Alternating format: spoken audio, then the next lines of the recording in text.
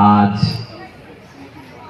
गांधी जयंती के शुभ अवसर पे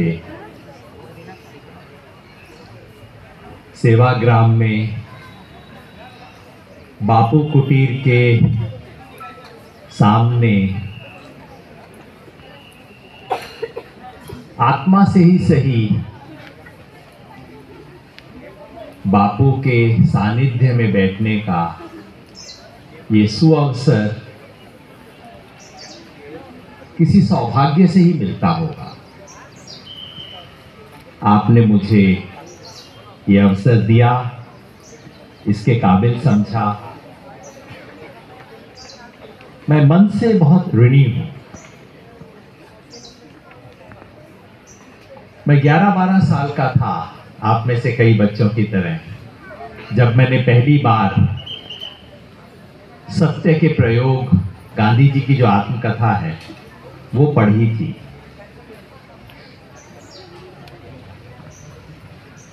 कहानी की तरह लिखी गई थी, इसलिए एक बार में पढ़ ली थी। कितनी समझ आई पता नहीं, लेकिन अच्छी लगी थी। और तब से एक लगाव शुरू हुआ।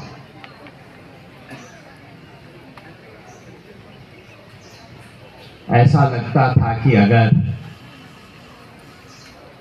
गुजरात के छोटे से शहर में बैठा हुआ वो लड़का अपने आप को बदल सकता था, तो राजस्थान के एक छोटे से शहर, श्रीगंगानगर एक छोटा सा शहर था जहां मैं बड़ा हुआ, तो राजस्थान के उस छोटे से शहर में रह के मैं भी अपने आप को थोड़ा बदल सकता हूं, थोड़ा बना सकता हूं। ऐसा विचार मन में आया था। गांधीवादी अपने आप को मैं कभी नहीं कह पाया हूं, लेकिन जो कुछ किया, जो कुछ सोचा, जो सोचता हूं, उस पे उनकी छवि रहती है, एक परछाई रहती है। इसलिए मेरे लिए ये एक बहुत विशेष अवसर था जब प्रदीप जी ने कहा कि आइए वहां बापू कुटीर में 2 मिनट बैठते हैं। वहां बैठे बैठे मैं बहुत कुछ सोच रहा था, और एक सवाल जो मेरे मन में बहुत समय से चलता रहा है, उस सवाल के बारे में सोचने लगा। वो सवाल मैं आज आपसे साझा करना चाहता हूं। उस बहाने आपसे कुछ बात करना चाहता हूं। मैंने सोचना शुरू किया कि हम किस गांधी की वंदना करें। आप सोचेंगे गांधी तो एक थे तो एक, लेकिन एक ही व्यक्ति की अलग अलग छवियां होती है ना। किसी बच्चे के बारे में हम सोचते हैं कि ये कक्षा में ऐसा पढ़ने वाला बच्चा है, उसी के बारे में सोचते हैं कि अच्छा वो कैसे कपड़े पहनना पसंद करती है, उसी के बारे में सोचते हैं वो फुटबॉल कैसे खेलता है। गांधी जी के बारे में 3 छवियां मेरे मन में चलती रहती हैं पिछले कुछ समय से, और मैं पूछता हूं कौन सा गांधी मेरा गांधी। एक गांधी नाम देने के लिए, क्योंकि छवियों को नाम देना पड़ता है, नाम देते हैं तो वो दिमाग में अटक जाता है। एक गांधी है चश्मे वाले गांधी, चश्मे वाला संत। दूसरे गांधी हैं चरखे वाले गांधी, चरखे वाले दार्शनिक। और तीसरे गांधी हैं चंपारण वाले गांधी, चंपारण वाले आंदोलन जीवी शायद कहना ठीक होगा। तो कौन सा गांधी मेरा गांधी है? तीनों ही हैं, तीनों ही मेरे हैं, तीनों ही हैं। लेकिन आज जबकि गांधी सर्वव्यापक बन गए हैं, सब जगह गांधी दिखते हैं, तो पूछना जरूरी होता है कि इनमें से कौन सा मेरा गांधी है, कौन सा सच्चा गांधी है, कौन सा 21वीं सदी का गांधी है, कौन सा हमारे युग का गांधी है। आजकल हर जगह गांधी जी की तस्वीर है, हर जगह उनका कोई कोट है, हर भाषण में महात्मा गांधी, हर किताब में महात्मा गांधी, हर समारोह में गांधी, हर विज्ञापन में गांधी, एनजीओ के विज्ञापन में भी गांधी, बड़ी बड़ी कंपनियों के विज्ञापन में भी गांधी, न्यूयॉर्क के यूएन संयुक्त राष्ट्र संघ के दफ्तर में भी गांधी, और G20 की मीटिंग होती है तो उसमें भी गांधी। गांधी की सर्वव्यापकता से हम प्रसन्न हो सकते हैं। पहला मन करता है कि देखिए हमारा गांधी कितना बड़ा है, सब जगह छाया है। लेकिन सच बताऊं, इससे चिंता भी होनी चाहिए।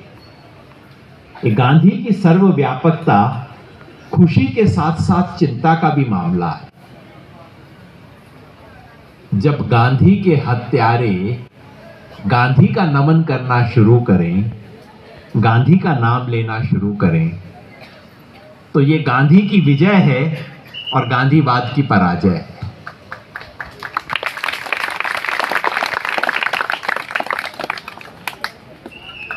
गांधी के हत्यारे से मेरा आशय किसी एक व्यक्ति से नहीं है, क्योंकि गांधी को किसी एक व्यक्ति था जिसने 3 गोलियां मारी। व्यक्ति तो कोई भी हो सकता है, कोई सरफिरा भी हो सकता है, पागल भी हो सकता है, प्रोफेशनल हत्यारा भी हो सकता है। लेकिन गांधी की हत्या एक विचार ने की थी। उस विचार के वंशज आज भी हैं, घूम रहे हैं, बड़ी बड़ी कुर्सियों पे बैठे हैं। जब गांधी की हत्या के विचार से जुड़े लोग, इस लिहाज से मैं गांधी के हत्यारे कहता हूं, जब गांधी के हत्यारे गांधी को फूल माला चढ़ाने आए तो समझिए मामला गड़बड़ है, कुछ तो गड़बड़ है। गांधी की सफलता है, क्योंकि सच ये है कि गांधी ना उगलते बनता है ना निगलते बनता है इन लोगों से। देश में रह के गॉडसे के मंदिर बनाते हैं। गांधी की हत्या करने वाला व्यक्ति जो था नाथूराम गॉडसे, उसके मंदिर बनवाते हैं लोग, और विदेश में जाके कहते हैं मैं महात्मा गांधी के देश से आया हूं। सोचिए, कुछ तो है गांधी में वजन कि गांधी के बगैर काम नहीं चलता। बाहर जाके तो दुनिया कोई बोल नहीं सकते कि मैं गॉडसे के देश से आया हूं, हत्यारे के देश से आया हूं। बाहर जाके तो ये बोलना पड़ता है मैं गांधी के देश से आया हूं। तो गांधी उगलते नहीं बनता, निगलते नहीं बनता। इस लिहाज से ये गांधी विचार की विजय है। लेकिन ये गांधी के वारिस लोगों की पराजय है। अगर आज गांधी इतना निरापद हो गया है कि जिसका दिल में आया उठाया और जेब में डाल लिया, इसका मतलब है कि हमने अपना काम ठीक से नहीं किया है। हर कोई ऐसा महान व्यक्ति, चाहे गांधी हो, भगत सिंह हो, बाबा साहेब अंबेडकर हो, ये एक तरह का अंगारा होता है। अंगारा, कोयला, जलता हुआ कोयला होता है ना, अंगारा। अंगारे को उठा के क्या आप अपनी जेब में डाल सकते हो? नहीं ना। क्या होगा? हाथ जल जाएगा, जेब फट जाएगी। लेकिन अगर उस अंगारे पे राख जमती जाए, जमती जाए, जमती जाए, फिर आप आराम से उस राख वाले अंगारे को उठाइए, अपनी जेब में डाल दीजिए। यही बापू के साथ हुआ। हमने, मतलब गांधी के वैचारिक और राजनीतिक वारिसों ने इस अंगारे पे इतनी राख जमने दी है कि अब गांधी के हत्यारों की भी हिम्मत हो गई है कि वो उसको उठाते हैं, अपनी जेब में डाल लेते हैं। तो ये गांधी की विजय है, लेकिन गांधीवाद की पराजय। इसलिए ये सवाल पूछना जरूरी है, हर पीढ़ी के लिए सवाल पूछना जरूरी है कि मेरा गांधी कौन है, कैसा है, क्या नहीं है। ये सब अंगारे पे जो धूल जमी है, जो राख जमी है, उसे झाड़ने के तरीके, ताकि हम कह सकें कौन सा गांधी मेरे लिए ग्राह्य है, किस गांधी को मैं आगे लेके जाना चाहता हूं। आज से 50 साल पहले, इनफैक्ट 60 साल पहले, यह सवाल राम मनोहर लोहिया ने पूछा था। राम मनोहर लोहिया गांधी के शिष्य थे, लेकिन इस क्लास में होते हैं ना कुछ शरारती बच्चे भी होते हैं, पढ़ाई में अच्छे होते हैं, तेज होते हैं, अध्यापक की बात समझ जाते हैं, लेकिन फिर भी अध्यापक से थोड़ा शरारत करते रहते हैं। राम मनोहर लोहिया वैसे ही थे, गांधी के शिष्य भी थे, लेकिन एक तिरछी नजर से देखते थे, टेढ़ी नजर से देखते थे। तो गांधी जी के देहांत के बाद राम मनोहर लोहिया ने कहा कि इस देश में 3 तरह के गांधीवादी, ये राख झाड़ने का काम शुरू किया था उन्होंने। पहला उन्होंने कहा सरकारी गांधीवादी। सरकारी गांधीवादियों से उनका मतलब आशय उस जमाने के कांग्रेस वालों से होगा, नेताओं से होगा, मंत्रियों से होगा, शायद जवाहरलाल नेहरू से भी होगा, जो गांधी का नाम लेके सरकारी कुर्सियों पे बैठते। दूसरा, उससे भी तीखी बात उन्होंने कही, दूसरे हैं मठाधीश, जिन्होंने गांधी के नाम पे मठ खोल रखे हैं और मठों के मठाधीश बन के बैठे हुए। जैसे मैंने कहा, लोहिया शरारती थे, टेढ़ी नजर से देखते थे, कई बार बहुत कटु बातें और कई बार अनावश्यक कटु बातें भी कह देते थे। हो सकता है उनका आशय इन आश्रमों से भी रहा हो। लोहिया ने कहा कि गांधी की विरासत को न तो सरकारी गांधीवादी बचा सकते हैं, न मठाधीश बचा सकते हैं, फिर कौन बचाएगा? लोहिया ने कहा एक तीसरी तरह के भी गांधीवादी होते हैं, और वो कौन? उसको लोहिया ने नाम दिया कुजात गांधीवादी। कुजात मतलब जिसको जाति से बहिष्कृत कर दिया गया। तो लोहिया का कहना था, शायद वो अपनी तरफ इशारा कर रहे थे, कि जिस गांधीवादी को गांधीवादियों ने अपनी जाति से बहिष्कृत कर दिया है, वही गांधी को बचाएगा। रोचक बात थी। आज लोहिया की स्थापना आज के संदर्भ में प्रासंगिक नहीं है, क्योंकि सरकारें पलट गई हैं, मठ ढह गए हैं,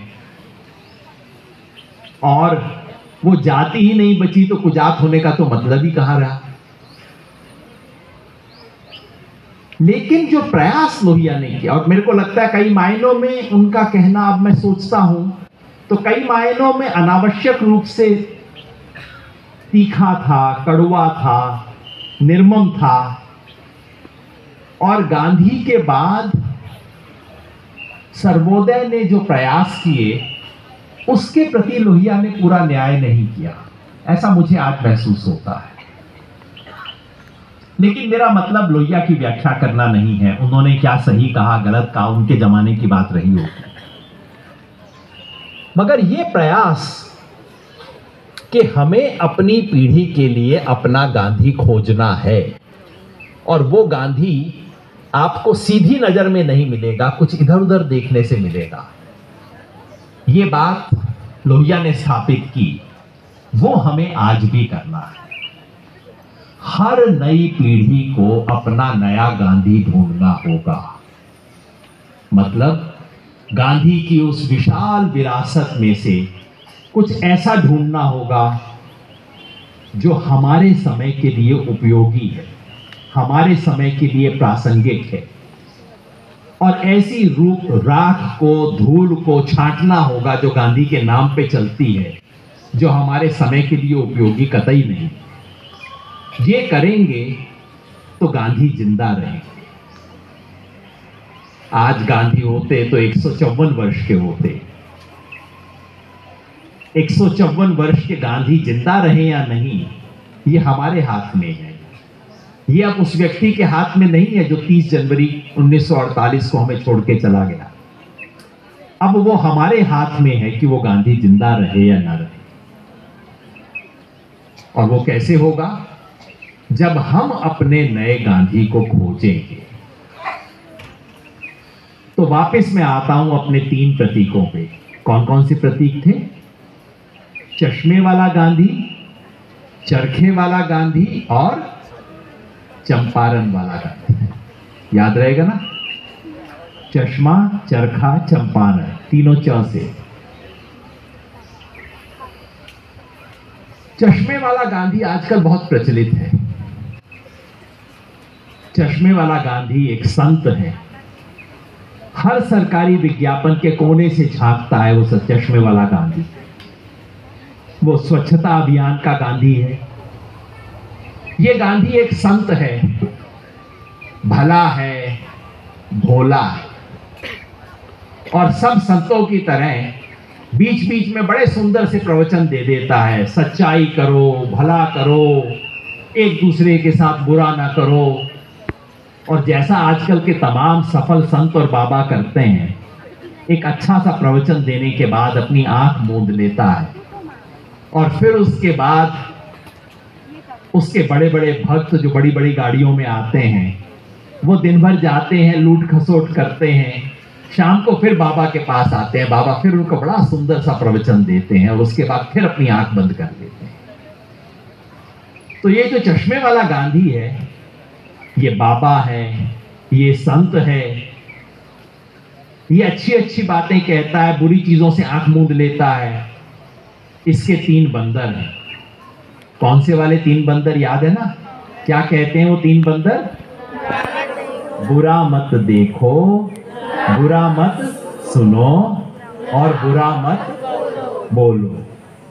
ये तीनों बातें हैं। अब बताइए इससे कौन इनकार करेगा? सबको बड़ी सुंदर लगती है। बाबा जी बड़े अच्छे आदमी हैं। ये संत सबके लिए सुविधा है। ये संत साधुओं को भी पसंद है। ये संत गुंडों को भी पसंद है। गुंडों को भी अपना अपना संत चाहिए होता है। और गांधी के हत्यारों को तो ये वाला गांधी बहुत पसंद है। अब बताइए एक चश्मे से किसे ऐतराज हो सकता है? अच्छा सा चश्मा है, विज्ञापन पे लगाइए और फिर जो करना है करते जाइए। आज सुबह मैंने अखबार में एक तस्वीर देखी। इस देश के एक बहुत बड़े नेता हाथ में झाड़ू लिए हुए सफाई करते दिखाई दे रहे हैं। मैं सोचने लगा कि कैसे हुई होगी ये फोटो। इस फोटो से 2 घंटा पहले एनएसजी के कमांडो आए होंगे। उन्होंने एक एक पत्ते को हिला के देखा होगा, इसके अंदर कोई छुपा हुआ तो नहीं है। फिर उसके आधे घंटे बाद 10 कैमरा की एक टीम आई होगी। यहाँ कैमरा, वो कैमरा, ये कैमरा का एंगल ठीक है कि नहीं है, इसमें तो पेड़ बीच में दिखाई दे रहा है, इसके अंदर तो कोई जानवर घुस सकता है। फिर सब कुछ कैमरा सेट करने के बाद एक व्हीकल आया होगा, एक डंपर आया होगा थोड़ा कूड़ा लेके कि भाई सफाई करनी है, पहले थोड़ा कूड़ा तो डाल दो यहाँ पे। फिर उन्होंने लाके कूड़ा डाला होगा। कैमरे वाले ने बताया होगा नहीं नहीं यहाँ कूड़ा मत डालो, वहां डालो, वहां डालो। तो फिर कूड़ा डाला गया होगा। सब कुछ सेट करने के बाद हमारे नेता आए होंगे। फिर लोगों को इंस्ट्रक्शन मिली होगी, ये कैमरा फ्रेम से बाहर चलो। जब दूसरे लोग इंस्ट्रक्शन नहीं देते तो हमारे नेताजी खुद इंस्ट्रक्शन दे देते हैं कि कैमरा फ्रेम से बाहर रहो, बाहर रहो, इधर चलता है। ये सब करने के बाद स्वच्छता हुई होगी।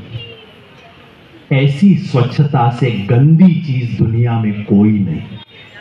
इतने बड़े पाखंड से बुरी चीज दुनिया में कोई नहीं।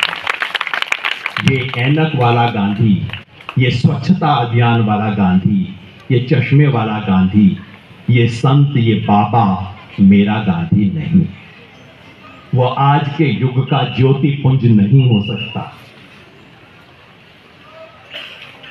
इसीलिए ये स्मगलर, ठग और ब्लैक मार्केट करने वाले जब अपने पैसे गिनते हैं ना, कितने करोड़ हो गए, तो पूछते हैं कितने गांधी हो गए। सोचिए, गांधी के नाम की ये दुर्गति हो गई आज तक। ब्लैक मार्केट वाले कहते हैं कितने गांधी आ गए तुम्हारे पास, मतलब कितने करोड़ रुपए आ गए।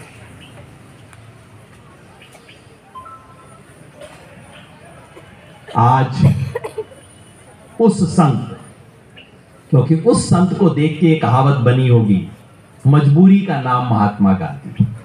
मतलब बेचारा कुछ कर नहीं सकता, इसे मारो तो इसमें हिम्मत तो है नहीं जवाब देने की, इसलिए कहता है मैं अहिंसा में विश्वास करता हूं क्योंकि मेरी हिम्मत ही नहीं है तुम्हारा जवाब देने की। उसको देख के किसी ने कहा होगा मजबूरी का नाम महात्मा गांधी। ये मजबूरी का नाम महात्मा गांधी वाला गांधी सेवाग्राम का गांधी नहीं, हमारी पीढ़ी का गांधी नहीं हो सकता। ये गांधी के हत्यारों का गांधी हो सकता है, गांधी के अनुयायी का गांधी नहीं हो सकता।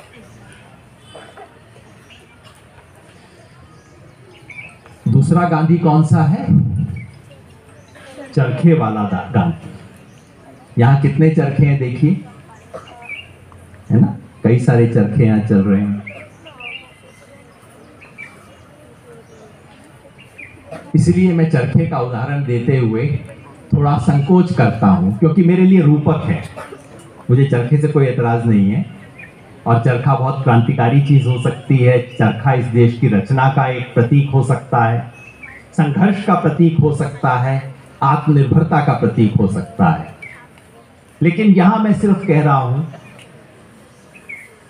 गांधी जी के दर्शन के बिंब के रूप में इसे इस्तेमाल कर रहा हूं। चरखे वाला गांधी का मतलब गांधी जो कि एक दार्शनिक। पिछले 10-20 साल से इस गांधी का बहुत प्रचलन हुआ है। दुनिया के हर सेमिनार में, सिर्फ भारत में नहीं, अमेरिका में, यूरोप में, साउथ अफ्रीका में, जहां जाइए गांधी पर सेमिनार होता है, गांधी के बारे में चर्चा होती है। चर्चा किस चीज के बारे में होती है? गांधी जी की पुस्तकों के बारे में, गांधी जी के लेखन के बारे में। ये गांधी हिंद स्वराज के गांधी हैं।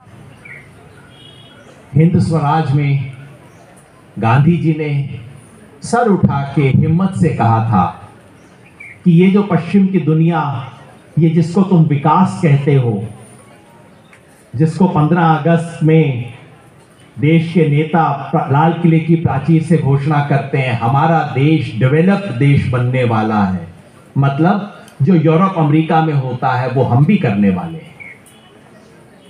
हिंद स्वराज के गांधी में साहस है, बौद्धिक साहस है, वैचारिक साहस है, मानसिक और सांस्कृतिक साहस है ये कहने का कि ये विकास नहीं है, ये मेरा विकास नहीं। तो ये गांधी दार्शनिक है। ये गांधी पश्चिम की सभ्यता के रूपकों को चुनौती देता है। ये गांधी कहता है कि दुनिया का विकास तब नहीं होगा जब हर एक के पास कार होगी, हर एक के पास ट्रेन में जाने का, हर कोई हवाई जहाज पे जा रहा है। ये कोई विकास नहीं। विकास वो है जब अंतिम व्यक्ति की आंख से आंसू पहुंचा जा सके। ये गांधी हमें सिखाता है।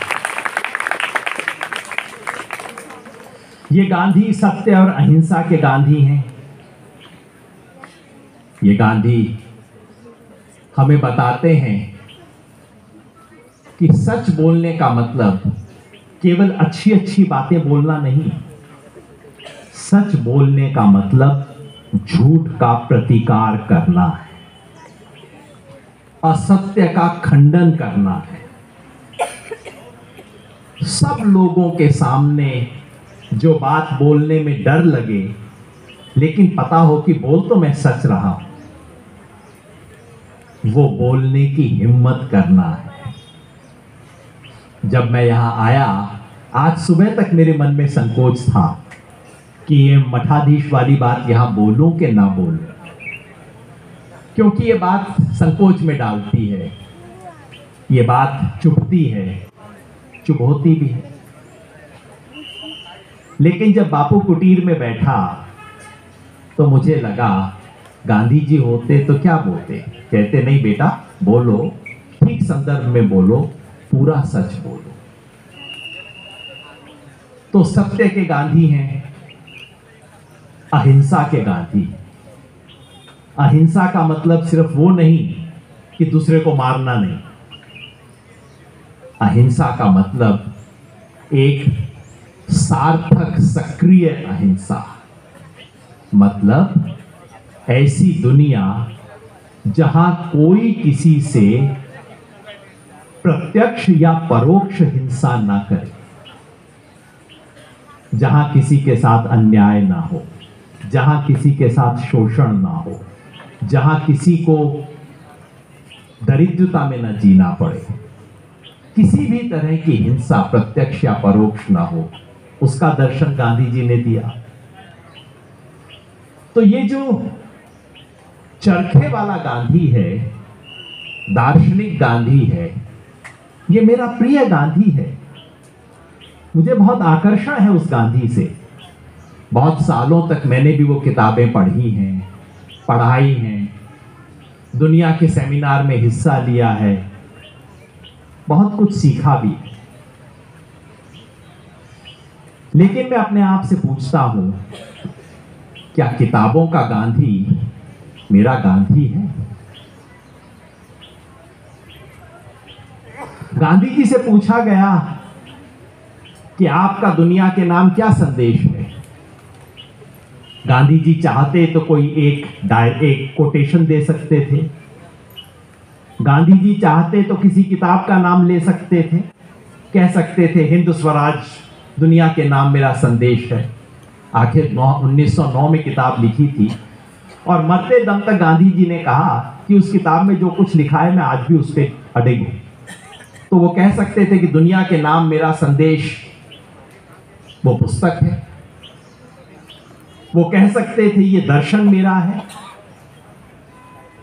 लेकिन गांधी जी ने क्या कहा, मेरा जीवन ही मेरा संदेश है। किसी भी किताब से जाए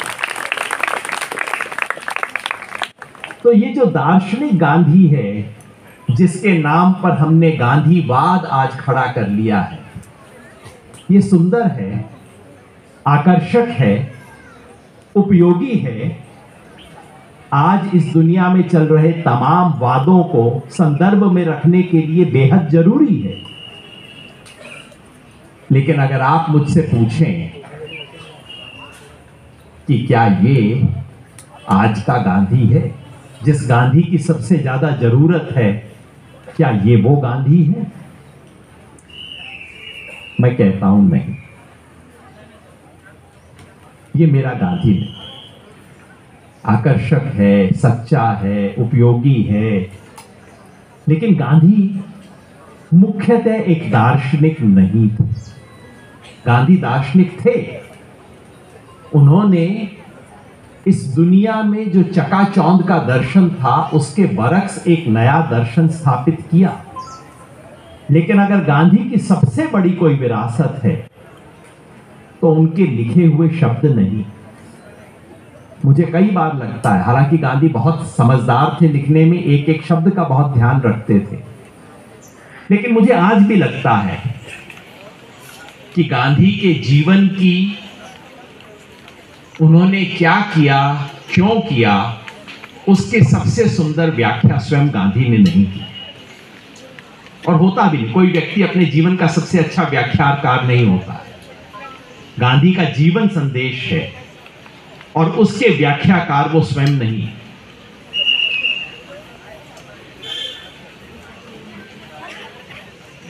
वो जो चश्मे वाला गांधी है, वो 154 साल बूढ़ा, थका और हारा गांधी है। वो तो मेरा गांधी हो नहीं सकता। ये जो चरखे वाला दार्शनिक गांधी है, ये 154 साल का बुजुर्ग है, सयाना है, समझदार है, लेकिन केवल वो मेरा गांधी नहीं हो सकता। तो फिर कौन सा गांधी हमारा होगा?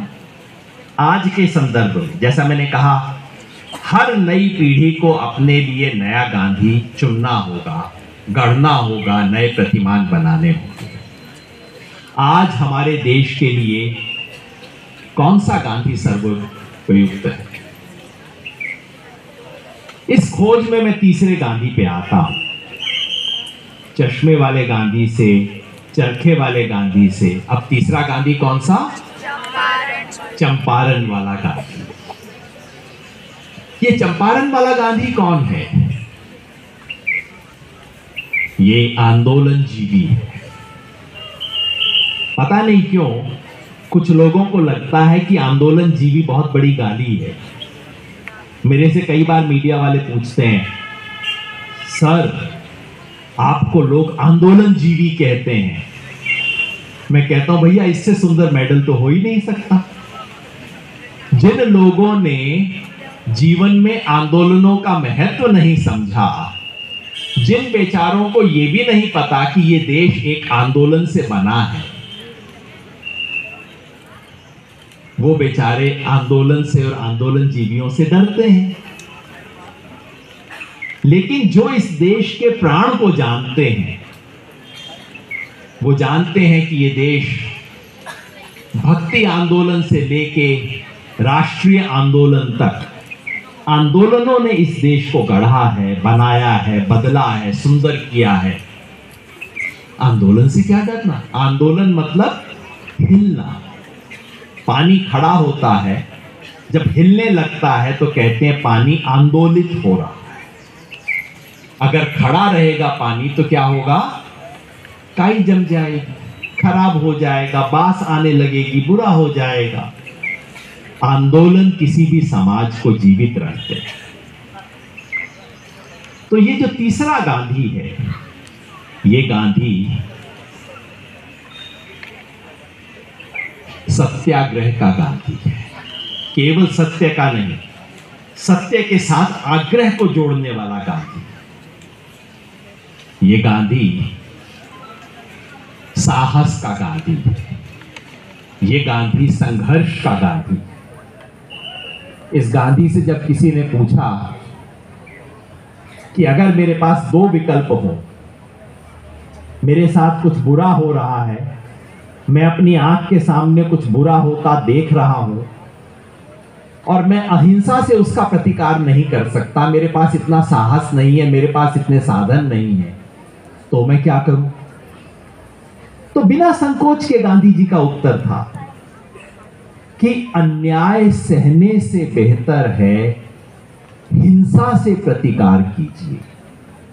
अहिंसा से प्रतिकार करें सर्वश्रेष्ठ है, लेकिन अगर अहिंसा से नहीं कर सकते तो अन्याय सहने से बेहतर है हिंसा से प्रतिकार कीजिए। ये गांधी साहस का गांधी है। तो जो तीन बंदर थे ना, कौन से वाले तीन बंदर थे? बुरा मत देखो, बुरा मत सुनो, बुरा मत बोलो। उसके साथ में ये गांधी एक चौथा बंदर जोड़ देता है, बुरा मत सहो, बुरा स्वीकार मत करो, सहो मत। अन्याय है, अन्याय है, शोषण है, गलत है, बेईमानी है, झूठ है, मक्कारी है, भ्रष्टाचार है, सहो मत, खड़े हो, विरोध करो, प्रतिरोध करो। ये इस गांधी का संदेश है। वो चंपारण वाला गांधी चारों तरफ घूमता रहा, हर बार हर जगह जो गलत लगा, दक्षिण अफ्रीका से लेके जीवन के अंतिम पड़ाव तक, जब उसकी उम्र जवाब दे रही थी, शारीरिक क्षमता जवाब दे रही थी, तब भी वो गांधी खड़ा था, अड़ा था, लड़ा था। आज हमें उस गांधी की जरूरत है। आज हमें उस गांधी की जरूरत इसलिए है कि आज हमारे देश में जो बुनियादी मूल्य हैं हमारे देश के, जिनके आधार पर ये देश खड़ा हुआ, उन मूल्यों को नष्ट किया जा रहा है। आज हमें उस गांधी की जरूरत इसलिए है कि ये देश का संविधान बचेगा या नहीं हम जानते नहीं। आज हमें उस गांधी की जरूरत इसलिए है कि आज से 10 साल बाद गांधी का नाम मंच से ले भी सकेंगे या नहीं हम नहीं जानते। इसलिए आज हमें उस संघर्ष के, आंदोलन के गांधी की जरूरत है। आज की पीढ़ी के लिए वो गांधी होगा। कहां मिलेगा हमें वो गांधी? वो गांधी यहां सेवाग्राम में तो नहीं होगा। यहां रहते थे, लेकिन जब भी किसी काम ने उन्हें पुकारा उठ के चल देते थे। आज अगर वो गांधी होते तो हमें कहां मिलते आप सोचिए। अगर चंपारण वाले गांधी आज इस देश में होते, 2 अक्टूबर के दिन कहां होते? सेवाग्राम में तो नहीं होते। राजघाट पे बैठे होते, जहां सारे वीआईपी आते हैं उनको माला पहनाने के लिए। क्या गांधी जी वहां बैठे होते कि अच्छा अब प्रधानमंत्री आएंगे, अब राष्ट्रपति आएंगे, अब ये आएंगे, अब वो आएंगे? वहां तो नहीं बैठते ना। आपको ध्यान है 15 अगस्त 1947 को गांधी कहां थे? जब पूरा देश आजादी का जश्न मना रहा था, पहला आजादी का जश्न 15 अगस्त 1947, उस वक्त भारत का राष्ट्रपिता कहां था? प्रधानमंत्री वहां थे, सब लोग वहां थे, राष्ट्रपिता वहां नहीं थे। वो उस दिन कलकत्ता में थे। क्यों थे कलकत्ता में? क्योंकि वहां सांप्रदायिक हिंसा हो रही थी और गांधी को लगा तुम अपने जश्न मनाते रहो, मेरा धर्म झंडे लहराना, झंडे फहराना मेरा धर्म नहीं है, जश्न मनाना मेरा धर्म नहीं है। आज आग लगी है और मैं अहिंसा का पुजारी अगर वहां नहीं गया, अगर मैं बैठ के झंडे फहराता रहा तो क्या काम है मेरा? गांधी उस महीनों में कलकत्ता में थे, नोआखली में थे। अब आप सोचिए, अगर आज गांधी होते तो कहां होते? मणिपुर में होते। आज महात्मा गांधी होते तो मणिपुर के चूड़चंद्रपुर जिले में होते। वहां घूमते, जिन महिलाओं को निर्वस्त्र किया गया, उन महिलाओं के सामने जाके हाथ जोड़ के बैठ जाते, कहते मेरी बेटी, मेरी बहन, तुझे निर्वस्त्र नहीं किया गया, इस पूरे देश की आबरू को निर्वस्त्र किया गया। उसे कहते मैं तुम्हारे साथ। उसे कहते कि जिन लोगों ने किया है, ये नहीं इनके बच्चे, इनका पोता आज नहीं 20 साल बाद, 50 साल बाद कोई आएगा तुमसे माफी मांगने। ये सोच के आज तुम उन्हें माफ कर। अगर गांधी होते तो चूड़चंद्रपुर के बाद इंफाल भी जाते, कुकी समुदाय से मिलने के बाद मितई लोगों के पास भी जाते, उनकी भी गालियां सुनते। जब कुकी लोगों के पास जाते तो वो कहते देखो तुम्हारे देश के लोगों ने क्या किया है, और जब मितई लोगों के पास जाते तो वो कहते अरे तुम कैसे हिंदू हो, तुम हमारी रक्षा के लिए खड़े नहीं हो। गांधी उनकी बात नहीं सुनते। जैसे देश के विभाजन के समय रोज शाम को उन्होंने सुनी थी, रोज शाम को गालियां सुनते थे गांधी सर झुका के। पार्टीशन से आते थे लोग, हिंदू पाकिस्तान से लुट पिट के, मर कट के आते थे, और आके कहते थे तुम्हारी वजह से ये सब हो रहा है। गांधी रोज शाम सर झुका के उनकी बात सुनते थे, उन्हें जवाब देते थे। आज गांधी होते राजघाट पे नहीं होते, मणिपुर में होते और पूछते इस देश पे राज करने वाले ये कैसे लोग हैं जो एक शब्द नहीं बोल सकते इसके बारे में। अगर आज गांधी होते कश्मीर में घूम रहे होते, कश्मीर के लोगों के घाव पे मलहम लगा रहे होते, उनसे पूछ रहे होते बताओ क्या गलत हुआ है। मैं केवल एक भारतीय की हैसियत से तुमसे बात नहीं कर रहा, मैं एक इंसान की हैसियत से तुमसे बात कर रहा हूं। उनका दुख दर्द समझते, उनसे बात करते, उनसे पूछते।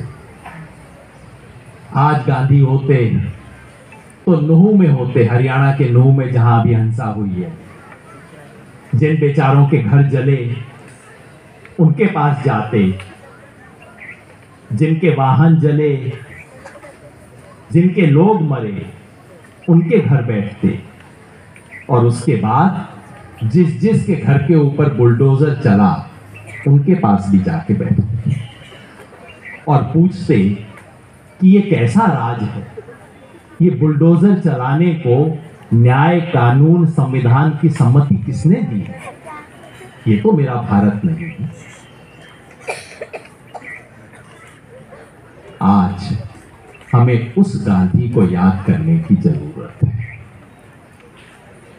और हो सकता है जब हम उस गांधी को याद करने चलें तो हमें रास्ते में बहुत गांधी मिल जाएंगे। जैसे उस एक गांधी ने एक पीढ़ी में, आशा जी बैठी है, उन्होंने वो पीढ़ी देखी है, उस एक गांधी ने इस देश के हर गांव में एक छोटा गांधी पैदा कर दिया था। हर गांव वाले कहते थे हमारे गांव का गांधी है जी, और वो भी अपनी तरफ से कोशिश करता था कि वो थोड़ा सा जैसा है उससे ऊपर हो, उससे बेहतर बन सके। जैसे उस एक गांधी ने अनगिनत छोटे छोटे गांधी इस देश में पैदा कर दिए थे, उसी तरह से आप पाएंगे कि गांधी की विरासत ने इस देश में न जाने कितने गांधी पैदा कर दिए। वो हैं, हम उन्हें देख नहीं पाते। हो सकता है वो तमाम गांधी अपने आप को गांधीवादी ना कहें, गांधी टोपी वो नहीं लगाते, हो सकता है वो खादी नहीं पहनते, हो सकता है वो चरखा नहीं काटते। उनमें से कोई हो सकता है अपने आप को पर्यावरणवादी कहते हो, कोई अपने आप को अंबेडकरवादी कहते हो, कोई अपने आप को नक्सल कहते हो, लेकिन वो सब गांधी है। इस देश का सौभाग्य है कि इस देश में आज भी एक नहीं सैकड़ों गांधी हैं। बस वो टीवी के पर्दे पे नहीं, वो अखबार की सुर्खियों में नहीं। मेरे जीवन के जो सौभाग्य रहे उनमें से यही रहा कि ऐसे कई गांधियों को मैं अपने जीवन में मिला।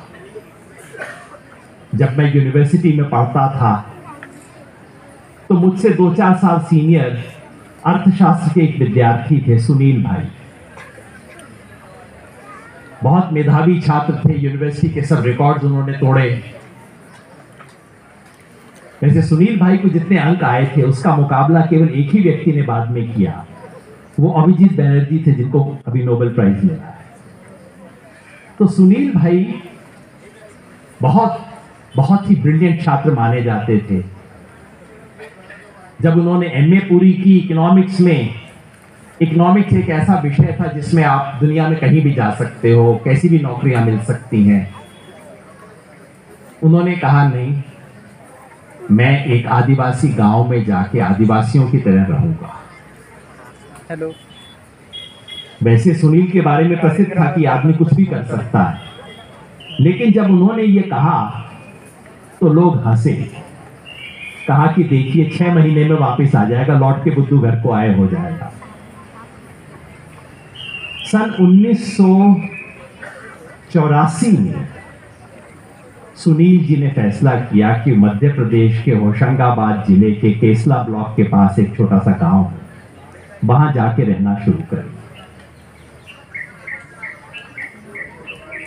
और सन 2015 शायद जब उनका देहांत हुआ, तब तक वो सुनील भाई वहीं उसी गांव में आदिवासी समाज के बीच आदिवासियों की तरह रहे।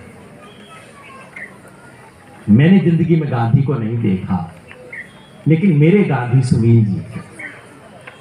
मैं उनकी कुटीर में गया, कई बार गया, मिला, देखा। मेरे गांधी वो थे। किसी और के लिए और गांधी होंगे। इस देश में आज सैकड़ों गांधी, वो अलग अलग लेबल में हैं। उनमें आप चरखा, खादी, टोपी की तलाश मत कीजिए। वो गांधी अपने अपने तरीके से गांधी की विरासत को आगे बढ़ा रहे।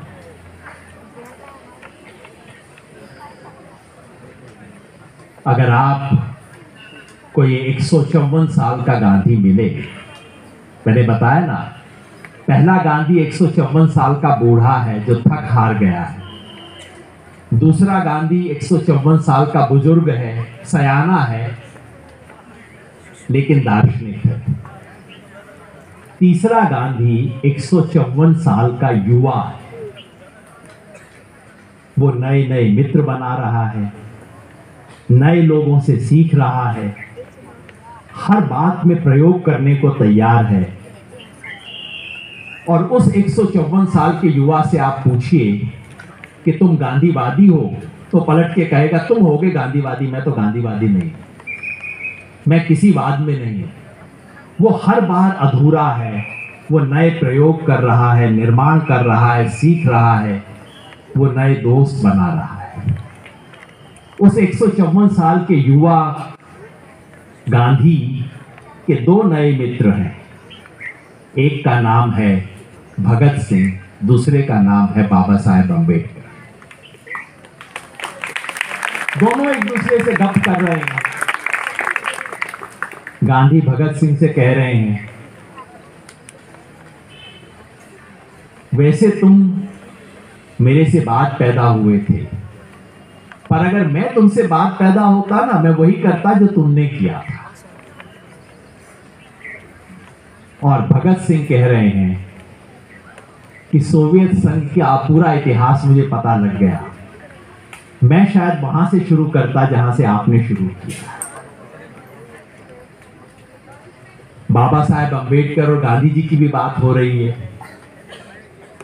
जब वो जीवित थे तब उनकी बात काफी तीखी हुआ करती थी। अब वो दोनों आराम से बैठे एक दूसरे से गप कर रहे हैं। गांधी कह रहे हैं, तुम सही कहते थे, वर्णाश्रम व्यवस्था अपने आप में समस्या की जड़ है। तुम सही कह रहे थे, इस जाति का उन्मूलन किए बिना भारत का उद्धार नहीं हो सकता। मैंने बात तो कही, लेकिन अधूरी कही थी, तुमने अपनी मेरी बात को पूरा कर दिया। ये शायद बहुत लोग जानते नहीं होंगे, गांधी जी के बहुत प्रिय साथी थे गोरा। जब गोरा के और गांधी जी ने 40 के दशक में निर्णय कर लिया था कि वो किसी शादी में नहीं जाएंगे, अपने नजदीक से नजदीक लोगों के बच्चों की शादी में वो नहीं गए, केवल अंतरजातीय विवाह होगा, और अगर सवर्ण और अवर्ण का, दलित का विवाह होगा तभी जाएंगे। तो गोरा के बेटे की शादी में गए और उसे गांधी जी ने पता क्या आशीर्वाद दिया था, रिकॉर्डेड है। उन्होंने कहा था, मैं चाहता हूं तुम अंबेडकर जैसे बनो। ये गांधी ने आशीर्वाद दिया। आज 154 साल के गांधी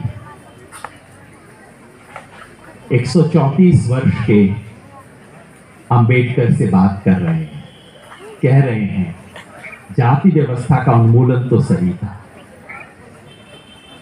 और अंबेडकर कह रहे हैं कि ये बात आपने सही कही कि आध्यात्मिक जड़ दिए बिना कोई समाज बन नहीं सकता। मैंने बुद्ध पे किताब लिखनी शुरू की थी, मैं अपने जीवन में पूरा नहीं कर सका, सोचता हूं अब उसको पूरा कर दूं। आज का गांधी मोहनदास करमचंद गांधी के लिखे शब्दों से बंधा हुआ नहीं रहेगा। आज का गांधी उसके जीवन को किताब समझ के नए नए प्रयोग करेगा, गलतियां करेगा, अपनी गलतियों से सीखेगा, चुप नहीं बैठेगा, बोलेगा, खड़ा होगा, विरोध करेगा, संघर्ष करेगा, सत्याग्रह करेगा, जेल जाएगा, अपमान सहेगा, किसी बाबा संत की तरह बैठा हुआ आशीर्वाद और फूल माला ग्रहण नहीं करेगा। वो गांधी मजबूरी का नाम नहीं, वो जो गांधी है उसके बारे में हम कह सकते हैं मजबूरी का नाम महात्मा गांधी नहीं, मजबूती का नाम महात्मा गांधी। वो मजबूती जो केवल एक व्यक्ति की मजबूती नहीं है, वो एक सभ्यता की मजबूती है, एक समाज की मजबूती है, एक विचार की मजबूती है। वो विचार जो इस देश में 5000 साल से चला आ रहा था, वो विचार जिसके न जाने कितने पैगंबर हुए, पैरोकार हुए, और उस विचार का सबसे सुंदर प्रणेता यदि 5000 साल में कोई पैदा हुआ, शायद गौतम बुद्ध के बाद, तो वो मोहनदास करमचंद गांधी थे।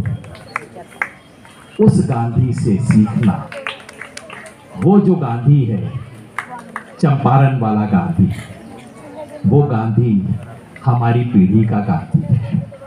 वो गांधी हमारे लिए आज प्रकाश पुंज है, ज्योति पुंज है। वो गांधी आज हमारे लिए प्रेरणा का स्रोत है।